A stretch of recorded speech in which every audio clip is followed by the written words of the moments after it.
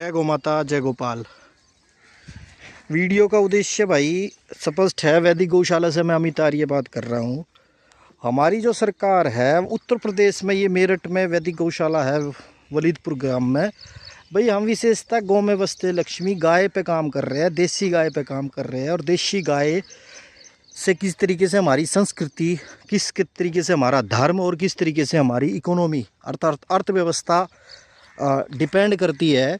सरकार का एक आंकड़ा बता दूं, यूपी सरकार तकरीबन अपनी 7,000 गौ आश्रय स्थल और गौशालाओं में 8 से 10 करोड़ रुपए प्रतिदिन का खर्च करती है।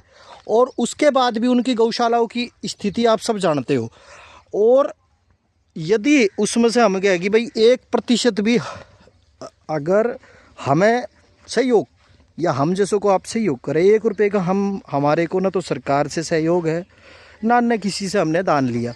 और ये पूरा का पूरा जो गौशाला है, ये मोस्टली यहाँ पे हमारा सबसे ज़्यादा मेन जो कार्य है वो है कि भाई जो दूध नहीं देती गाय, उसके गोबर पे यदि काम किया जाए, उसके गौमूत्र पे यदि सरकार काम करे, निष्ठावान व्यक्ति, निष्ठावान संस्थाओं को यदि काम दिया जा, तो उससे एक तो गौ माता बचेगी।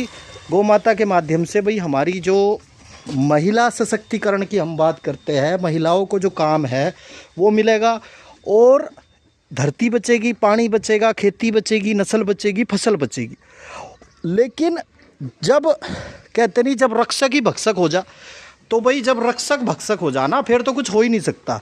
तो सरकारी अगर मैं क्या करूँ कि भाई हमारी गौशाला में ये जितनी भी गाय है भाई दूध नहीं देती है, या बेचारी देती है तो इसकी बछड़ी पीवे है, 3 थनी है, 3 थन तो इसके ख़राब हो रही है, 1 थन है।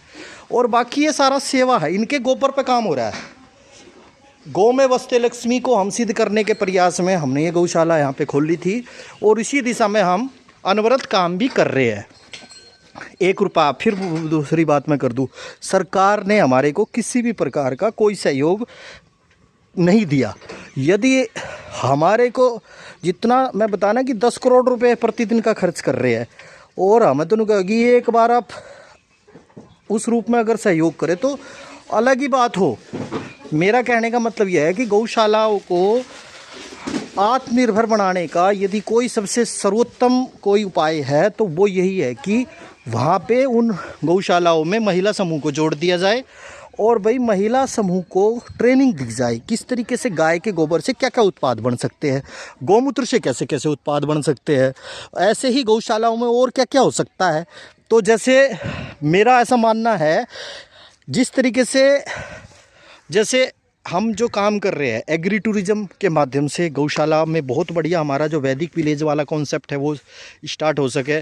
भाई वैदिक और रसोई है, एक देसी रेस्टोरेंट गौशालाओं में खुल सके तो भोजन शुद्ध रह जाएगा, आहार शुद्ध रहेगा, विचार शुद्ध रहेंगे, विचार शुद्ध रहेंगे तो कर्म शुद्ध रहेंगे।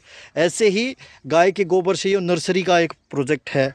तो ये इस काल वोमेन एम्पावरमेंट की जो बात है, पंचगव्य ट्रेनिंग सेंटर और प्रोडक्ट्स है, भाई सैकड़ों प्रोडक्ट्स गौशाला में बन सके जो डेली यूज वाले हैं, उससे काम भी मिलेगा। और स्वदेशी से स्वावलंबी, लोकल वोकल से लोकल वाली जो बात प्रधानमंत्री जी भी कहते हैं वो तभी सिद्ध होगी। ऐसे ही सबसे बड़ा है नेचुरल फार्मिंग। भाई यदि किसान को ये बात समझ में आ जा कि जो तू उगाएगा, और इसमें कुछ संस्थाएं को काम करें, वेयर हाउस टाइप का मॉडल बने, कुछ उद्यमी को इस दिशा में आना पड़ेगा, फाइनेंसरों को पैसा लगाना पड़ेगा, या सरकार को हम जैसे लोगों को थोड़ा सपोर्ट करना पड़ेगा। तो हम इस बात को पूरी प्रामाणिकता के साथ कहते हैं, हम उत्तर प्रदेश में ऐसे ऐसे गांव में ऐसे ऐसे मॉडल खड़े करवा देंगे कि गौशालाओं को या गोपालकों को एक सम्मान के नज़रिए से देखा जाएगा। गोपालकों को